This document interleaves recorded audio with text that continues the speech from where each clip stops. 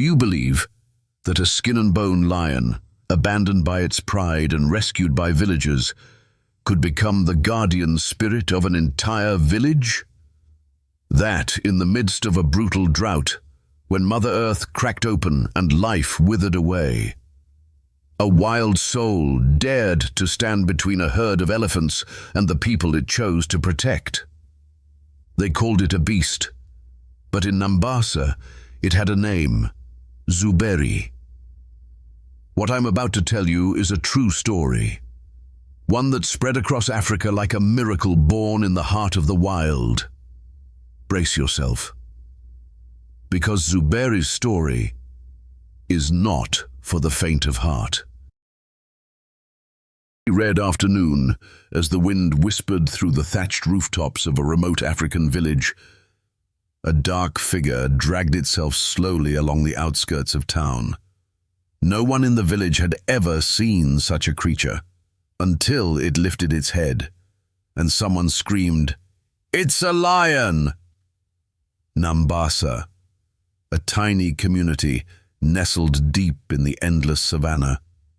The villagers lived in peace, farming and small-scale hunting. They never had to worry about predators. Lions. That was a problem for the distant wilderness, hundreds of miles away. But that day, something unusual happened. There was no roar, no attack. The lion was nothing like they imagined. It wasn't fierce. It wasn't majestic. It was skin and bones, its mane patchy and falling, one hind leg dragging behind.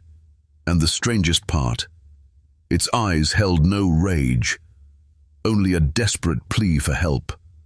A young goatherd was the first to step forward. He whispered, "It's dying." And strangely, the lion didn't resist. It collapsed right there on the cracked dirt ground, barely breathing, an infected wound oozing beneath its ribs. The adults rushed over, unsure what to do. Keep it? Drive it away? But Elder Mosi, the village chief, said one thing: if a wild animal walks hundreds of miles just to ask for help, we cannot turn our backs. Under the shade of the village's oldest baobab tree, the people gathered to care for the lion. They gave it water, packed its wounds with crushed leaves and herbs. They named it Zuberi, meaning strength from pain. But no one knew what haunted its past. Only one thing was certain: it had chosen this village as the place to die. But was this strange arrival simply a cry for mercy? Or was there a greater purpose behind it, one even the villagers couldn't begin to imagine? No one believed a lion could survive. But on the third morning, Zuberi tried to stand, using the same wounded leg from before, and when he did, every child screamed out as if they'd just witnessed a miracle. From a creature lying still like a stone, Zuberi slowly came back to life. Villagers took turns caring for him. Children gathered leaves. The elders brewed healing potions from roots. The women crushed grains, mixing them with water to feed him. At times he burned with fever. At times he bled too much. But his eyes never gave up. Zuberi didn't growl, didn't lash out. He was calm, almost as if he was grateful. Those first nights he slept beneath Elder Mosi's porch, eyes still watchful. But somehow he understood. These were not his enemies. Then one day, the same young goatherd, the boy who first found Zuberi, was bitten by a venomous snake. Panic erupted in the village. But Zuberi struck like lightning, pummeling the snake with a thunderous paw and roaring so fiercely. The ground trembled. From that day forward, no one called him the lion anymore. He was known as the Guardian. Zuberi became part of the village's soul. He never strayed far from the village. Every morning he lay at the entrance, as if to welcome the sun. Children played around his mane. Women placed food gently by his muzzle. Men touched his head before heading to the fields. a ritual for luck. But Zuberi wasn't just a symbol, he was a protector. One time, a pack of wild dogs came hunting goats. Zuberi chased them off alone, across the fields, into the distance. From that day on, no one doubted anymore. He was their guardian spirit. 3 years passed. Zuberi was no longer thin and fragile. He was strong, full of life. But then, cracks began to split the earth. Streams ran dry, leaves turned brittle, livestock collapsed from thirst. The drought had come, and this time, not even Zuberi could swipe his claws and chase away the scorching sun. So now, tell me, what kind of disaster could strike a village so hard that a lion would have to sacrifice his own life to bring peace once more? I'll tell you what happened next, right now. But first, take a moment, grab a snack, sip some water, and get ready. Because the most unbelievable part of this story is just around the corner.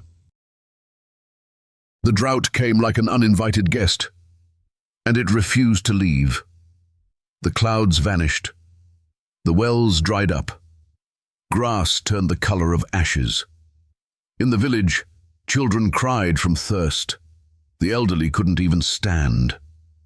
But that wasn't the worst of it. At the edge of the village, something new appeared. Footprints, huge ones, as wide as cooking pots, imprinted deep into the cracked earth. At first, just a few. Then, entire paths were flattened. A herd of elephants, more than 10, had begun moving in from the north, desperate for water. Wherever there was the faintest hint of moisture, they would go, with or without permission. One night, before the moon could even rise, a crash shook the village. A wooden wall had been shattered. The elephants, panicked, stampeding, trampled everything. Homes, grain stores, even people. In seconds, Nambasa had turned into a battlefield. Screams filled the air. A man was thrown into a pile of firewood. A woman was trapped under a collapsed roof. There were no weapons strong enough to stop the giants. Even Elder Mosey, voice trembling, said, "We'll lose everything. Our people, our land." But then, through the chaos and dust and cries for help, a roar broke the sky like thunder. Zuberi. He didn't come from the woods. He sprang from the center of the village, where people thought he had grown old and weak. But his eyes burned with the same fire as the day he first arrived. Zuberi charged into the herd like a wild warrior. He lunged at the lead elephant's leg, forcing it to stumble back. Another struck him with a tusk. But Zuberi didn't fall. His roar drowned out the trumpeting of elephants. The people couldn't believe their eyes. They cried out his name like a prayer. "Zuberi! Zuberi! Zuberi!" At last, the elephants turned. They backed away. They realized this place was no easy prize, because a wild soul stood guard. But when the people ran toward him, Zuberi could no longer stand. He collapsed amid the smoke and ash, his breath ragged, blood spilling from his mouth and a torn shoulder. "Zuberi, please don't leave us." The villagers sobbed, but in his eyes, peace. He knew. He had repaid their kindness. Zuberi, the hero of Nambasa, was gone. Would they forget him quickly, or honor the one who sacrificed everything to give them peace? Well, the final part of this story will tell you just that, and it's something you'll want to hear. So, stay with me. Take a breath. because the most touching moment is still waiting for you. Zuberi lay there, bathed in the flickering torchlight, surrounded by hundreds of silent tears. Children held onto his mane. The elders knelt beside him. He lifted his head one last time, his gaze reaching toward the old, dried-up stream, the very place where he had taken his first drink after being saved. And then he closed his eyes. No more roars, only the sound of wind. Zuberi was not just an animal. He was a symbol of hope, of gratitude, of courage. His death didn't bring fear to the village. It brought silence, the sacred kind, as if they were honoring a spirit returning to Mother Earth. The entire village held a funeral for a lion, something never done before. They didn't call him a beast. They called him the last warrior of Nambasa. On a large rock, the same spot where Zuberi used to bask in the morning sun, they buried a stone bowl filled with the first water drawn from the well when the drought finally ended. And they whispered, "This is what he protected. Life." Then, something miraculous happened. A great rain, the first in 4 years, poured down over the village. The dry streams began to flow again. Water ran across roots, soaked the shrubs, and gathered into a small river. Elder Mosi stood by its edge and said, "From this day on, this shall be called the Zuberi River, so that anyone who drinks from it will remember. A lion once died, so we could live." They told Zuberi's story to the children born after.